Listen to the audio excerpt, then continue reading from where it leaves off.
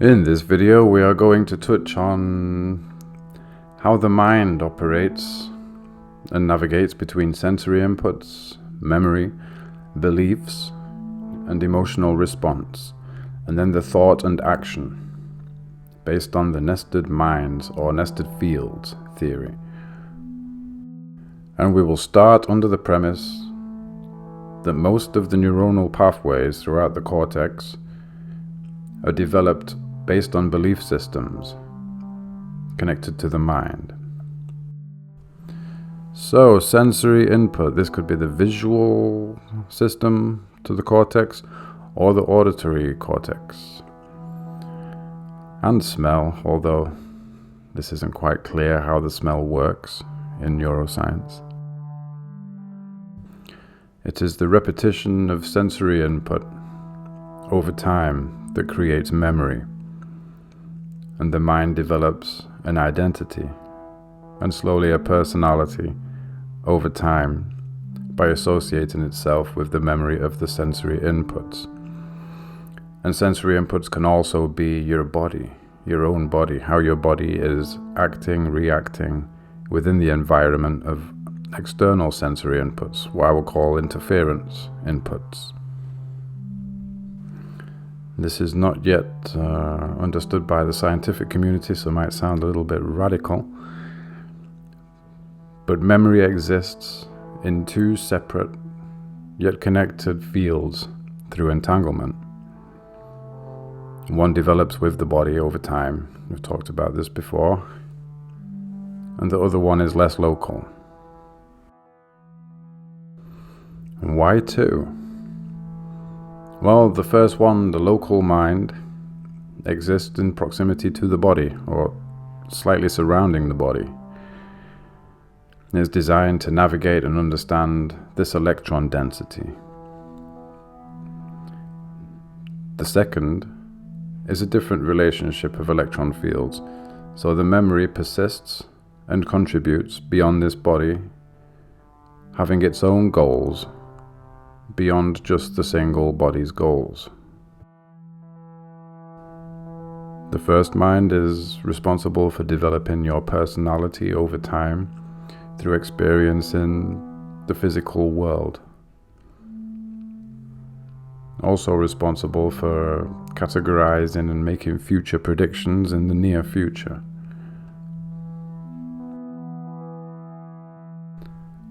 And why a second mind? A larger memory, a larger mind. Despite current beliefs in biology and evolution, there is a strong element of design, orchestrated through a two-way feedback through all nested fields, or agents. The larger mind requires knowledge in varying environments from varying agents and perspectives. The feedback loops between the smaller mind and the larger mind, local and global we could say, or non-local, is what's primarily responsible for higher levels of intuition, future predictions, all these kinds of extrasensory predictions. This is because that mind exists in a different level of electron density and is able to see more probable outcomes in the future and more likely things that will happen in the past, based on the current configuration of all the elements of the agent and the environments and the interference patterns. Field differences and relationships from the perspective of any agent or body. The local experience is extremely different from the global agent. For example, we think of atoms as those little orbs with subatomic particles. But when forming groups of molecules, they create more of a liquid or glue, made of a gradient of mass and charge, which defines them from, say, the charge of electron fields in your hand. Everything forms a field relationship in order to distinguish itself. Memory is of a different field, yet lives locally through entanglement.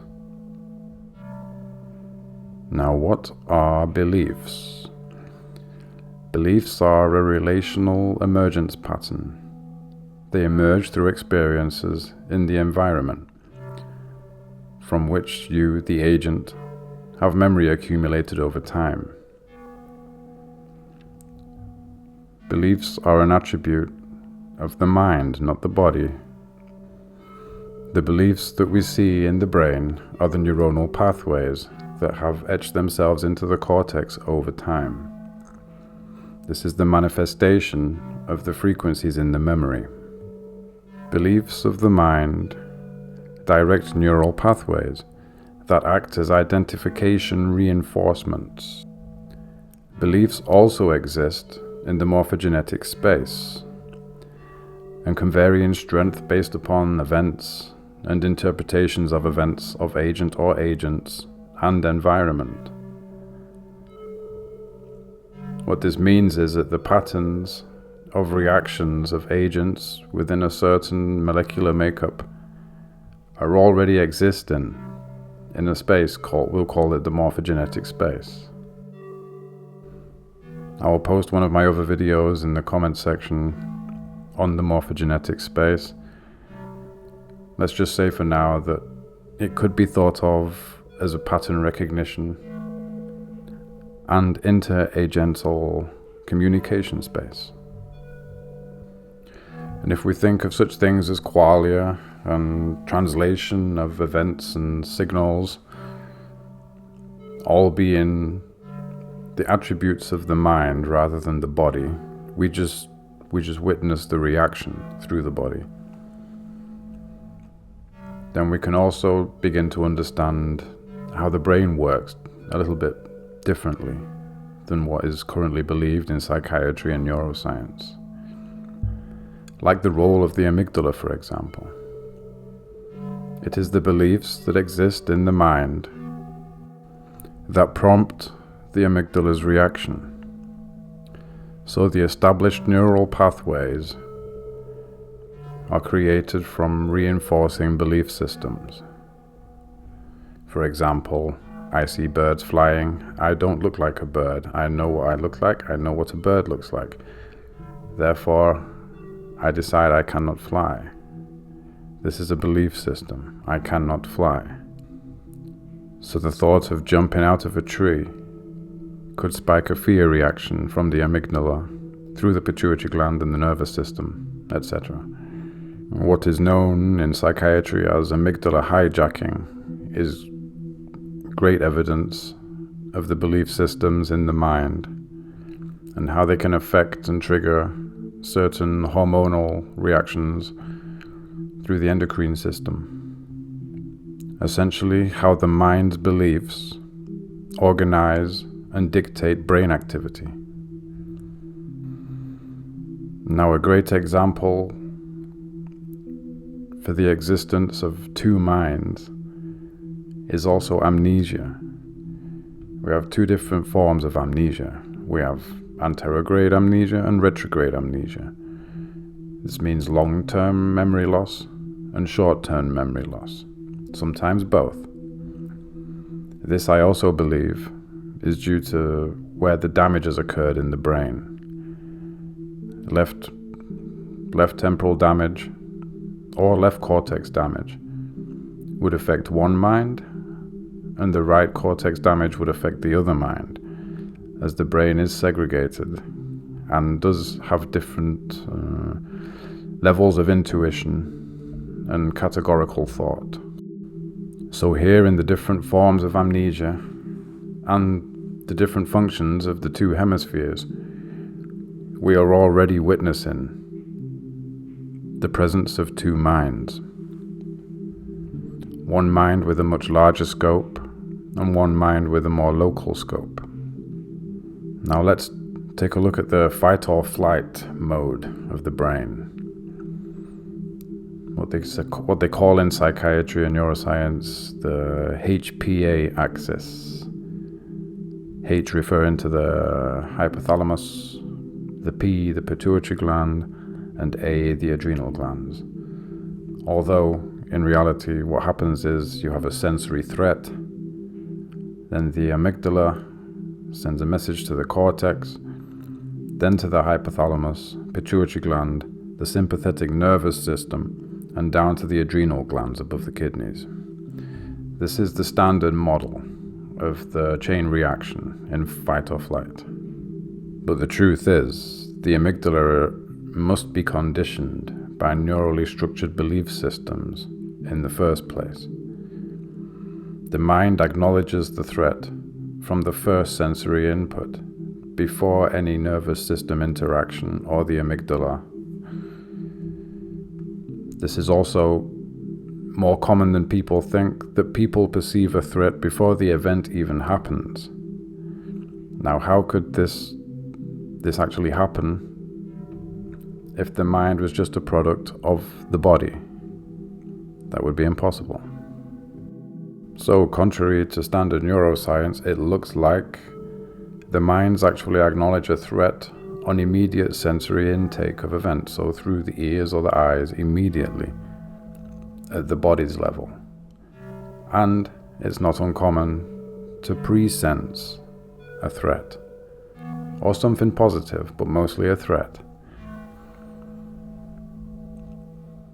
This is what I call the HPA axis problem. And so the body's organization of its nerve and neural structures pertain to the evolutionary stage of the individual mind inhabiting it, and the experiences it requires. Not all minds are of the same stage of evolution. This is evident in many aspects of intuition and levels of understanding, and then responses to events. The more physical a person responds with high emotion, when I say physical, I mean a high emotional response, usually the lesser evolved the mind is. All sensory inputs are the mind's attributes.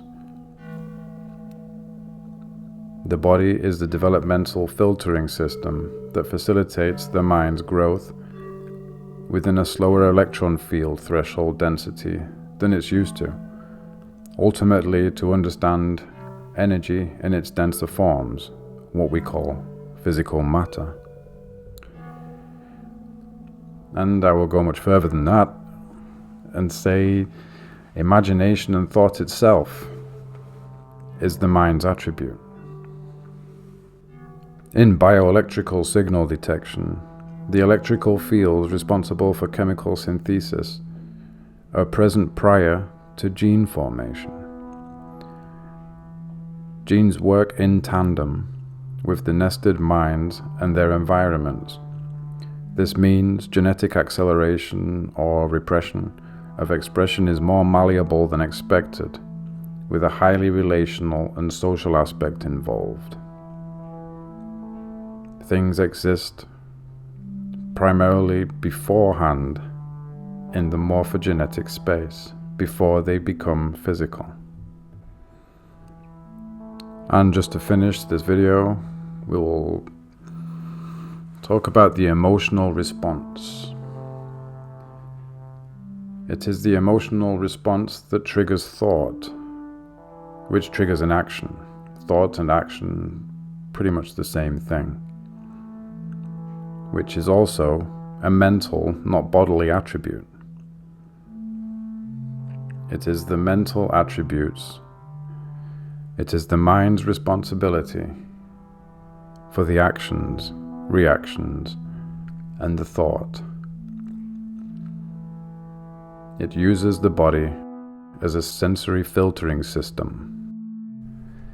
I think it is of paramount importance that we start understanding that the mind is separate from the body for psychiatry and for neuroscience and psychology to progress. We need to make distinctions between the body and the mind, and that the actions within the body and the body within the world are essentially just the mind behind the wheel of the body. If you made it this far, Thanks for listening.